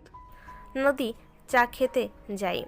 আকাশের মাথায় তখন দুষ্টু বুদ্ধি উকিয়ে দেয়। সে ইচ্ছাকৃতভাবে নদীর হাতে সামান্য গরম চা ঢেলে দেয়। নদী হালকা ব্যথা পেয়ে চেঁচিয়ে ওঠে। কি করছো আকাশ? আকাশ এমন ভাব করে যেন সে ইচ্ছে করে করেনি। তারপর দ্রুত নিচে দৌড়ে যায়। ব্যান্ডেজ এনে দ্রুত ব্যান্ডেজ করে দেয়। ও মাই গড, আমার ভুল হয়ে গেছে। আপনাকে আমি কষ্ট দিলাম, কিন্তু বিশ্বাস করুন ইচ্ছে করে হয়নি। আকাশ খুব যত্ন নিয়ে নদীর হাতে ব্যান্ডেজ করে দেয়। ব্যান্ডেজ করার সময় তাদের চোখাচোখি হয়। সেই মুহূর্তে যেন দুজনের মনেই আবেগের স্রোত বইতে থাকে। নদীর এক ধরনের ভালো লাগা কাজ করে। আকাশ নদীর চোখে চোখ রেখে ফিসফিস করে বলে, আমি আপনাকে কষ্ট দিতে চাইনি, কিন্তু দেখুন এই সুযোগে আপনার হাতটা ধরতেও পারলাম। আপনার জীবনে ছোট ছোট ভুলগুলো আমিই করব, আর সেই ভুলের ব্যান্ডেজও আমি করব। তুমি খুব দুষ্টু ছেলে আকাশ। আপনি আমার সিনিয়র বউ হলে আমি আরও দুষ্টু হব। আপনি রাজি তো? নদী এবার আর না করলো না। সে মাথা নিচু করে হাসলো, তারপর হালকা করে মাথা নাড়ল। নদীর এই নীরব মাথা নাড়ানো আর সেই হাসি ছিল আকাশের জন্য সবচেয়ে বড় পুরস্কার। নীরবেই যেন নদী প্রথমবারের মতো হ্যাঁ বলল। আকাশ খুশিতে নদীকে জড়িয়ে ধরল, তারপর লজ্জা পেয়ে ছেড়ে দিল। নদী লজ্জায় তাকাতে পারছে না। তারপর তারা ছাদ থেকে নেমে আসে। ছাদের উপর থেকে নেমে আসার পর আকাশ আর নদী একে অপরের দিকে আর চোখে চোখাচোখি করে। তাতে যেন মিশেছিল এক নতুন অঙ্গীকার। আকাশ আর নিজেকে সংযত রাখতে পারে না। হাসপাতালে সবাই ব্যস্ত ছিল। তখন আকাশ একটি ফুলের তোড়া হাতে নিয়ে নদীর ইউনিটে প্রবেশ করে। তার মুখে সেই পুরনো দুষ্টু হাসি ফিরে এসেছে। আকাশ একটু জোরে হেসে ফুলের তোড়া নদীর দিকে এগিয়ে দিয়ে বলে, শুভকামনা নদী ম্যাম, নাকি এখন থেকে প্রিয়তমা ডাকবো? এই নিন, আপনার জুনিয়র প্রেমিক আপনার জন্য গোলাপ এনেছে। আমাদের প্রেমের শুরু এই গোলাপ দিয়েই হোক। নার্সিংরুমে সবাই চমকে ওঠে। মিনা হেসে ওঠে। সুব্রত ভয়ে ভয়ে চোখ ঢেকে ফেলে। সে যেন নিজের চোখকে বিশ্বাস করতে পারছে না। নদী অপ্রস্তুত হলো, তার মুখে হাসি ফোটে। নদী ফুলের তোড়াটা নিতে নিতে চোখ বড় করে বলে, আকাশ এসব কি? হাসপাতালের মধ্যে এসব নাটক কেন? তোমার সাহস তো কম নয়। ছি, লোকে কি ভাববে? সাহস তো আপনিই দিয়েছেন সিনিয়র বউ। রাতে তো আর আপনি আমাকে তাড়িয়ে দেননি, বরং নিজের করে নিয়েছেন। তাই আমি এখন আপনার অফিসিয়াল প্রেমিক, সেটা সবার জানার দরকার আছে না? ও মাই গড নদী, তুই রাজি হয়েছিস? আমি তো জানতাম, তোর চোখ দেখে বুঝেছিলাম। নদী লজ্জিতভাবে মাথা নিচু করে হাসে। কিন্তু এই সম্পর্কের কথা মুহূর্তেই পুরো হাসপাতালে ছড়িয়ে পড়ে। হাসপাতালের করিডোরে, ক্যান্টিনে সবার মুখে একই কথা, সিনিয়র নার্স আর জুনিয়র ইন্টার্ন ডাক্তারের প্রেম। ডক্টর রহমানের কানেও যায় বিষয়টা। কিন্তু এই খবর যখন হাসপাতালের প্রধান সার্জন ডক্টর রহমানের কানে পৌঁছালো, তখন তিনি মোটো খুশি হতে পারলেন না। তিনি রক্ষণশীল ও পেশাদারিত্বের প্রতি অন্তত কঠোর। একজন সিনিয়র নার্সের সাথে ইন্টার্ন ডাক্তারের সিসি, তার হাসপাতালই তো বদনাম হয়ে যাবে। তিনি তৎক্ষণাৎ আকাশ ও নদীকে তার চেম্বারে ডেকে পাঠালেন। পরের দিন সকালে তারা ডক্টর রহমানের চেম্বারে গেল। ডক্টর রহমানের চেম্বারে পরিবেশ গম্ভীর ও চাপা উত্তেজনাপূর্ণ। নদী আর আকাশ দ্রুত রুমে আসলো। ডক্টর রহমান চশমার ফাঁক দিয়ে তাকে অন্তত কণ্ঠর স্বরে বলেন, আকাশ আর নদী, তোমরা দুজন কি আমাকে নিয়ে মজা করছো? হাসপাতালের ভেতরে এসব কি ধরনের ফাজলামো? স্যার, আমরা কোনো ফাজলামো করিনি। আমাদের সম্পর্কটা সত্যি। আমরা খুব দ্রুত বিয়ে করতে চলেছি। বিয়ে? তোমরা কি জানো তোমাদের বয়সের পার্থক্য কত? আর নদী, তুমি একজন হেড নার্স, তোমার জুনিয়র ইন্টার্নের সঙ্গে তুমি প্রেম করছো? এটা আমাদের হাসপাতালের নিয়মের পরিপন্থী। এটা পেশাদারিত্বের চরম অবমাননা। লোকে শুনলে হাসপাতালের বদনাম হবে, বলবে এখানে এসব চলে চিকিৎসার বদলে। স্যার, প্রেম কোনো বয়স মানে না। আর আমাদের ব্যক্তিগত সম্পর্ক আমাদের পেশাদারিত্বে কোনো বাধা সৃষ্টি করবে না। আমি আপনাকে কথা দিচ্ছি। আর লোকে তো কত কিছুই বলবে, তাই বলে কি খুশি থাকা ছেড়ে দিব? তুমি আমাকে কিসের কথা দিবে? কোনো কথা দিতে হবে না। তোমার আকাশ যা করার করে ফেলেছো, তবে এই মুহূর্তে তোমাদের সম্পর্ক সবার থেকে গোপন করতে হবে, নতুবা আমি নদীকে তার পথ থেকে সরিয়ে দেব এবং তোমার ইন্টার্নশিপ বাতিল করব। তোমাদের এই সম্পর্ক আমার হাসপাতালে চলবে না। স্যার, আপনি অন্যায় করছেন। আমরা তো শুধু দুজন দুজনকে ভালোবাসি, সেটা তো পাপ না। তবে লুকাবো কেন? অন্যায় করছি না নদী, আমি চাই তোমরা নিজেদের কাজের প্রতি মনোযোগী হও। তোমার যদি এই সম্পর্ক রাখতে হয় তাও ওপেনলি, তবে আকাশকে হাসপাতাল থেকে চলে যেতে বলো। এখানে এসব চলবে না, বাস শেষ। ডক্টর রহমানের এই শর্ত নদীর মনে এক বিশাল সংঘাত তৈরি করলো। মুহূর্তে প্রকাশ করার ভালোবাসার দ্বীপ জ্বলতে গিয়েও যেন মুহূর্তে নিভে পড়বে। সে কি করবে? ভালোবাসা নাকি বহু কষ্টের অর্জিত পেশা? ডক্টর রহমানের চেম্বার থেকে বেরিয়ে তারা নিচে আসে।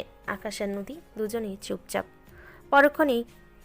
কিছুক্ষণ পর নদী বলে ওঠে, দেখলে আকাশ, আমি এই ভয়টাই চেয়েছিলাম। তোমার কারণে আমার ক্যারিয়ার আজ হুমকির মুখে। আমি রাজি হতে চাইনি, কিন্তু তোমার পাগলামো আমাকে বাধ্য করেছে। প্লিজ নদী, আমাকে ভুল বুঝো না। আমি তোমার জন্যই লড়ছি। দেখবে সব ঠিক হবে। তুমি যদি এমন করো তবে কি করে হবে? লোকে তো বলবেই। লড়ছো? তোমার জন্য লড়াটা সহজ। তোমার বাবা মায়ের টাকা আছে, তোমার তো হারানোর কিছু নেই। আমার 8 বছরের পরিশ্রম, আমার সিনিয়র স্ট্যাটাস, সব কিছুই তোমার এক মুহূর্তের পাগলামিতে আজ শেষ। আমি ওকে পাগল হলাম কেন যে তোমার ফাঁদে পা দিলাম? এভাবে কেন বলছো নদী? তুমি কি আমাকে ভালোবাসো না নদী? আমি তোমাকে ভালোবাসি আকাশ, কিন্তু আমার ভয় হয়। তুমি 6 বছরের ছোট, তোমার স্বপ্ন, তোমার আকাঙ্ক্ষা অন্যরকম হবে। একদিন তুমি আমাকে ছেড়ে চলে গেলে, তখন আমার কি হবে? তুমি আমাকে ছেড়ে দিলেই আমি সব হারাবো। এদিকে এখন যা আছে তাও হারাতে বসেছি। তুমি বড় লোক, তোমার যদি মোহ লাগে সম্পর্কটা, মোহ চলে গেলে যে আমায় ভুলে যাবে। তাদের সম্পর্ক শুরু হতে জিদ ধরে গেল। আকাশ বুঝলো নদীর মন জয় করা গেলেও তার ভয় কাটানো আরও কঠিন। নদী যা বলছে আকাশ কষ্ট পাচ্ছে, কিন্তু নদীর সেসব ভয় পেয়ে বলছে। তাই আকাশ রাগ করলো না, সে নদীকে জড়িয়ে ধরে শান্ত কণ্ঠে বলল, শোনো নদী, আমি তোমাকে কোনো দিনও ছেড়ে যাব না। যদি তোমার জন্য আমার ক্যারিয়ার ছাড়তে হয় আমি রাজি। তুমি আমার সিনিয়র বউ হবে আর আমি তোমার পিচ্ছি স্বামী হয়ে তোমার সব ভয় দূর করব। এইবার বিশ্বাস করো আমাকে, একবার সুযোগ দাও। আর লোকে কত কি বলবে সব শুনলে তবে নিজেদের বলে আর কি রইল।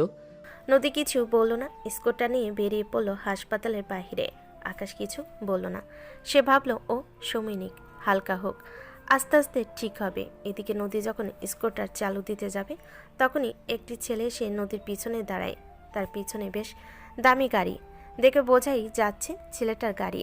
ছেলেটা হঠাৎ উপহাসের হাসি হেসে বলে, ওহ নদী ম্যাডাম, এত তাড়াতাড়ি হাসপাতাল থেকে বের হয়ে যাচ্ছেন? শুনলাম আপনি নাকি এক জুনিয়র ইন্টার্নকে পটাচ্ছেন। তো ভালো করে প্রেম করে তবে যান। তুমি কে আর এখানে কেন এসেছো? আর এসব কি বলছো? আমি কে? আমি হলাম আকাশ চৌধুরী, পুরনো বন্ধু। আমার নাম সাদিক। যাই হোক, আপনি ওর মতো একটা ছেলের জন্য নিজের কেরিয়ার বাদ করছেন। আসলে ওর বাবার টাকা ছাড়া ওর আর কিছুই নেই। আর আপনি ওর মতো একটা বাচ্চাকে পটাচ্ছেন কেন? আমি চাইলে আপনাকে ওর চেয়ে ভালো জীবন দিতে পারি। এ না মানে আমার পরিচিত ভালো ছেলে আছে, লাগবে নাকি? দেখো, আমি জানি না তুমি আসলেই কে, কি চাও, কিন্তু তুমি আকাশকে নিয়ে কোনো বাজে কথা বলবে না। যাও এখান থেকে, তোমার কোনো কথা আমি শুনতে চাই না। আরে রাগ করছেন কেন? শুনুন, আপনাকে বলি, আকাশকে নিয়ে আমার একটা প্ল্যান আছে। আমি আপনাদের এই সম্পর্কটা আপনাদের হাসপাতালের ওনারের কাছে এমনভাবে রিপোর্ট করব যাতে আপনার কেরিয়ার মুহূর্তের মধ্যে শেষ হয়ে যায়। সাথে আকাশেরও। আকাশের সাথে আমার পুরনো কিছু হিসাব আছে। সুযোগ পাচ্ছিলাম না, এবার সুযোগ পেয়েছি। আমি আকাশকে অপমানিত না করে ছাড়বো না। আকাশ ঠিক সেই মুহূর্তে সেখানে চলে আসে। সাদিককে দেখে ওর মাথায় রক্ত চড়ে যায়। সাদিক ওর বন্ধু ছিল, কিন্তু এখন সম্পর্ক নেই। তারা দুজনেই বড়লোকের ছেলে, দুজনেই সমাজে স্ট্যাটাস আছে, কিন্তু বহু আগে তাদের মধ্যে দ্বন্দ্ব হয় আর সাদিক এখন সেটার প্রতিশোধ নিতে ঘুরছে। আকাশ মনে মনে ভাবে নদীর সামনে বেশি রিয়াক্ট করলে সে ভয় পাবে, তাই সে শান্ত থাকার চেষ্টা করে, কিন্তু রাগ কন্ট্রোললেস করতে পারে না। দেখ সাদিক, তোর যত সমস্যা সেটা আমার সঙ্গে। নদীর সাথে আর একটি বাজে কথা বললে তোর জিভ টেনে বের করে দেব। কি করবি?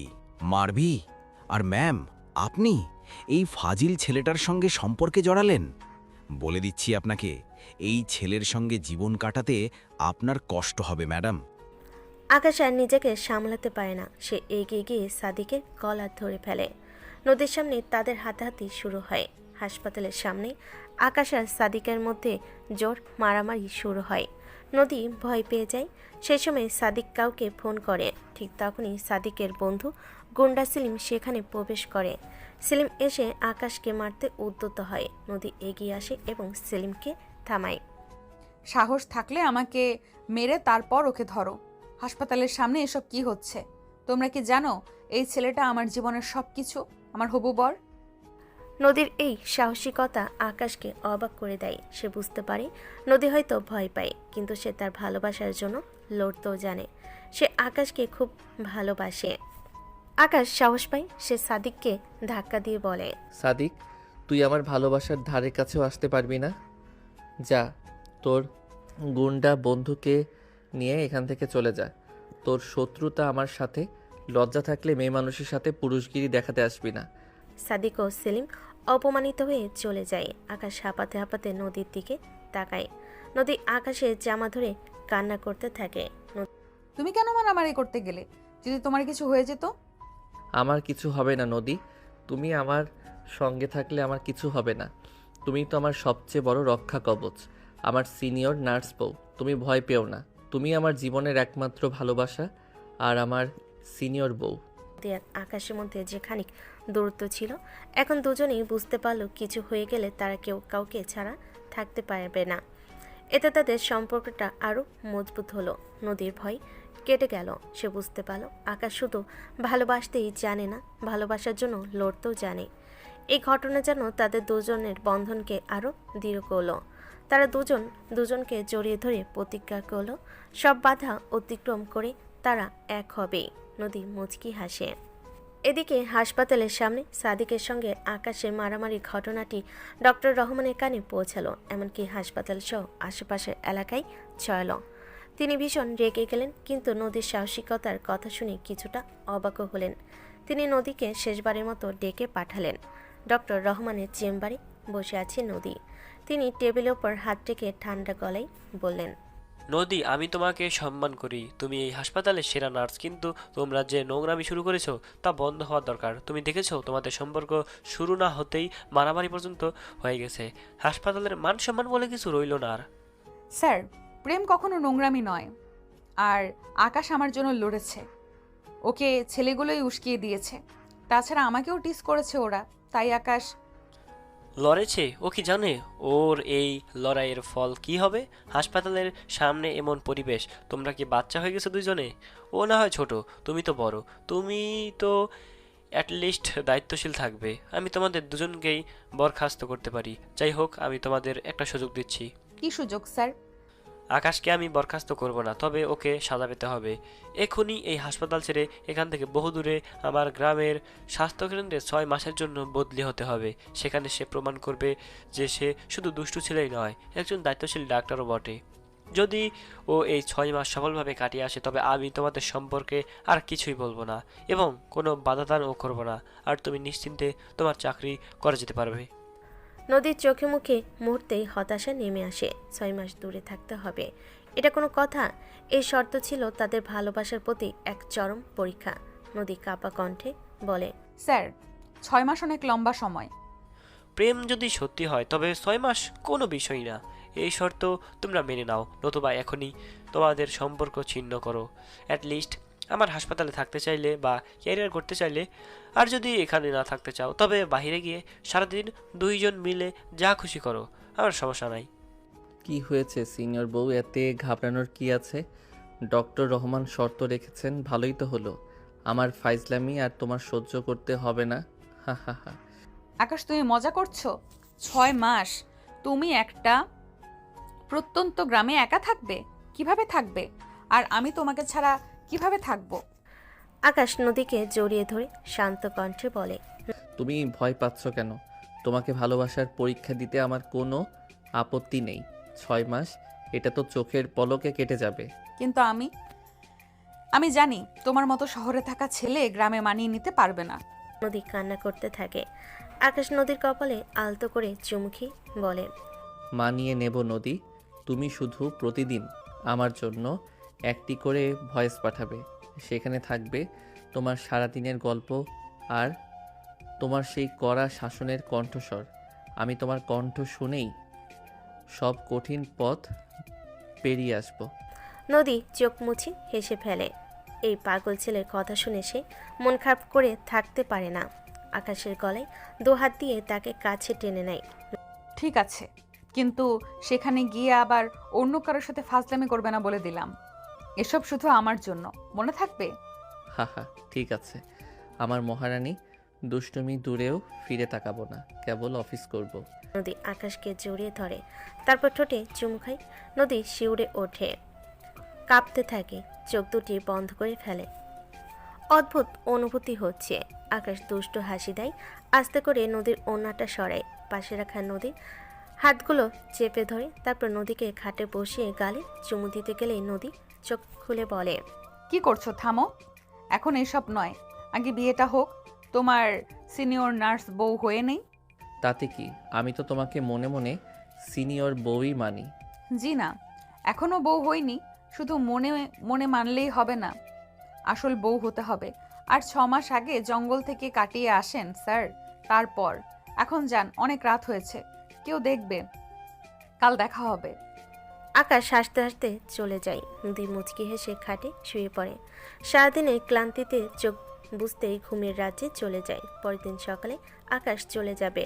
তার বাবা মা মিনি, শুভ্রা এবং নদী সবাই এয়ারপোর্টে জড়ো হয়েছে। বিদায়ের মুহূর্তে সবার চোখে জল এসে পড়ে। আকাশ তার বাবা মায়ের কাছ থেকে বিদায় নিতে যায়। মালিনী চৌধুরী ছেলেকে জড়িয়ে ধরেন।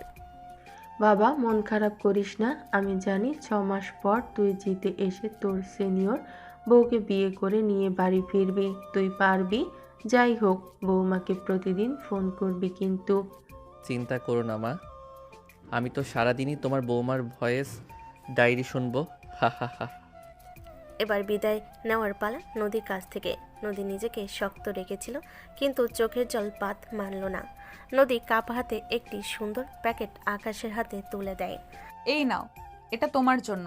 আর হ্যাঁ, সাবধানে থাকবে, কোনো ফাজলামো করবে না সেখানে। আকাশ প্যাকেটটা ব্যাগে রেখে নদীর চোখের জল মুছে বলে, ম্যাডাম আপনি কেঁদে ফেললেন? নদী আরও জোরে কাঁদতে থাকলো। আকাশ আর সহ্য করতে পারল না। হঠাৎ করে আকাশ নদীর হাত ধরে সবার সামনে হাঁটু গেড়ে বসে নতজানু হয়ে আবেগপ্রবণ কণ্ঠে বলে ওঠে, শোনো নদী, তুমি কেঁদো না। আমি আজ তোমাকে প্রতিশ্রুতি দিচ্ছি, এই 6 মাস আমি তোমার ভালোবাসার শক্তি নিয়ে কাটাবো। এই চ্যালেঞ্জ আমার জন্য তোমার কাছে আসার প্রথম ধাপ। আমি ফিরবো, আর ফিরেই তোমাকে বিয়ে করব। নদী আর কিছু বলতে পারে না। সে শুধু আকাশের দিকে তাকিয়ে মাথা নেড়ে সায় দেয়। আকাশ চলে যায়। নদী দাঁড়িয়ে থাকে, হাতে শুভ্রর দেওয়া টিস্যু। সে নীরবে চোখ মুছে। এরপর দিন কাটতে লাগলো। 6 মাস কেটে গেল দ্রুত।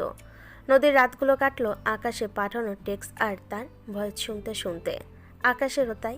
এই 6 মাসে আকাশ কঠিন পরিশ্রম করে গ্রামে সুনাম অর্জন করে এবং ডক্টর রহমানের কাছে তার সফলতার রিপোর্ট পৌঁছায়। আজ হাসপাতালে ডক্টর রহমানের চেম্বারে বসে ডক্টর রহমান রিপোর্টটি দেখছেন। তার মুখে হাসি। আকাশ ফিরে এসেছে। নদী এবং আকাশ দুজনেই চেম্বারে উপস্থিত। ডক্টর রহমান নদীর দিকে তাকিয়ে বলে, নদী, আমার কাছে তোমার হবু স্বামীর পারফরমেন্স রিপোর্ট এসে পৌঁছেছে। এই 6 মাস সে সত্যি একজন দায়িত্বশীল ডাক্তার হিসেবে প্রমাণ করেছে। আমি খুবই খুশি। আমি খুশি হয়েছি। আকাশ, তুমি আমার শর্ত পূরণ করেছো। এবার আমার পালা। আমি অনুমতি দিলাম তোমাদের এই হাসপাতালে ক্যারিয়ার হবে। আমি আর তোমাদের বাধা দেব না, কারণ তোমরা পারবে। আকাশ করে দেখিয়েছে। তোমরা বিয়ের জন্য প্রস্তুত হতে পারো এবার। আকাশ আনন্দে লাফিয়ে ওঠে। সে নদীর দিকে তাকিয়ে বিজয়ীর হাসি হাসে। আনন্দে ডক্টর রহমানের হাত ধরে বলে, থ্যাংক ইউ স্যার, আপনার এই শর্ত আমাদের ভালোবাসাকে আরও মজবুত করেছে। নদী আনন্দে ডক্টর রহমানকে সালাম করে। রহমান স্যার মুচকি হাসেন। স্যার, আপনাকে অনেক ধন্যবাদ, আমি কৃতজ্ঞ। আকাশ, নদী, মিমি আর শুভ্রা সবাই একসঙ্গে নদীদের বাড়িতে যায়। সেখানেই আকাশের বাবা মা তাদের জন্য পার্টির ব্যবস্থা করেছিল। সব কিছু ঠিকঠাক হওয়ার খুশিতে আকাশের বাবা নদীকে জড়িয়ে ধরে। বাহ, আমার হবু বৌমা, তুমি জানো না আমি কত খুশি। এবার তুমি আমার ছেলেটাকে সামলে রেখো, আর আমি তোমাদের বিয়ের সকল ব্যবস্থা করছি। মা, আমি চাই এবার তোমার জীবনের সব কঠোরতা কেটে যাক। আমাদের বাড়িতে এসে তুমি শুধু হাসি আর আনন্দে থাকো। আকাশ এবং নদীর বিয়ে ঠিক হলো। তাদের সম্পর্ক এবং সামাজিক বৈষম্য, দূরত্ব এবং পেশার চাপ সবই কেটে গেল ভালোবাসার জোরে। বিয়ের 1 সপ্তাহ আগে আকাশ আর নদী শপিংয়ে গিয়েছিল, কিন্তু আকাশের দুষ্টামি একটুও থেমে নেই। সে সারাক্ষণ শুধু সুযোগ খুঁজছে নদীর সঙ্গে ফাজলামো করার। নদী শপিং মলের বাইরে দাঁড়িয়ে বলে, আকাশ, তুমি এখনো ফাজলামো ছাড়তে পারোনি? কেন ম্যাডাম, আপনি কি ভুলে গেছেন আমি আপনার ফাজিল জুনিয়র প্রেমিক? নদী কিছু বলতে যাবে, তার আগেই আকাশ হঠাৎ হাঁটু গেড়ে বসে। হাতে একটি রিং বক্স নিয়ে বলে, শুনুন সিনিয়র বউ, আপনি এই জুনিয়র ছেলেটাকে বিয়ে করার জন্য প্রস্তুত তো?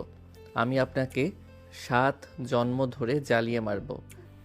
নদী হেসে ওঠে, তারপর লজ্জিত হয়ে বলে, উঠে এসো, সবাই দেখছে। আকাশ উঠে দাঁড়িয়ে রিং পরিয়ে দেয়। দেখুক, আমি চাই সবাই দেখুক আমার সিনিয়র বউ কত সুন্দর।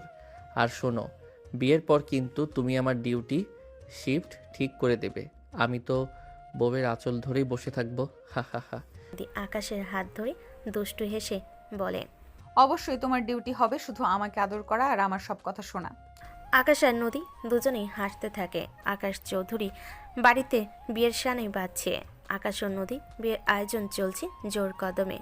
যদিও বিয়েটা হচ্ছে দুই ভিন্ন বয়সের মানুষদের, কিন্তু দুই পরিবার তাদের সমান উৎসাহী। বিশেষ করে আকাশের বাবা মা ও অনিল মালিনী চৌধুরী এই বিয়ে নিয়ে সবচেয়ে বেশি ফুর্তিতে আছেন। তাদের একমাত্র ছেলে আশা পূরণ হতে যাচ্ছে। আকাশের বাড়িতে বিয়ের আগের রাত মেহেদি অনুষ্ঠানের আয়োজন চলছে। আকাশের মা নদীকে মেহেদি পড়াতে পড়াতে বলে, আহা আমার সিনিয়র বৌমা, দেখ তোমার হাতে মেহেদির রং কত গাঢ় হয়েছে। এর মানে হলো আমার ছেলে তোমাকে পাগলের মতো ভালোবাসে। আন্টি, আপনারা কি বলছেন? আমার লজ্জা করছে তো। নদী অনেক লজ্জা পায়। আকাশের মা হেসে দেয়। আকাশ নদীর পাশে বসে মিমি ও শুভ্রাকে দেখি বলে, দেখলি তো মিমি, দেখলি শুভ্রা, আমার বউ অলরেডি সিনিয়র বৌমা হয়ে গেছে। বলেছিলাম না ও আমার হবেই, আমিও এখন জুনিয়র বর হয়ে যাব। হা হা আহা। তোরা দুজনই পাগল। শোনো নদী, আকাশ কিন্তু এখনও একটুও বদলায়নি। রোজ তোমায় নতুন নতুন দুষ্টুমি করে বিরক্ত করবে এই ফাজিল। সাবধান। মিনি, শুভ্রা, মিমি সবাই আনন্দে মেতে ওঠে। এ সময় আকাশের বাবা অনিল চৌধুরী নদীর কাছে আসেন। বৌমা, একটা কথা জিজ্ঞেস করব? আমার ছেলে নাকি তোমার হাতের বানানো পাস্তা খুব ভালোবাসে। বিয়ের পর রান্নাঘরের দায়িত্বটা কিন্তু তোমাকেই নিতে হবে। হা হা হা হা। এত বছর পর বৌমা আসবে, এবার আমরাও বউয়ের হাতের রান্না খাবো। আঙ্কেল, আমি তো নার্স মানুষ, রান্নার চেয়ে রোগী দেখাই ভালো বুঝি। রান্না তেমন একটা পারি না, তবুও আকাশ যদি আমার হাতের ডায়েট চার্ট মেনে চলে তবেই ওর পাস্তা খাওয়া হবে। আর আপনারাও মজার মজার রান্না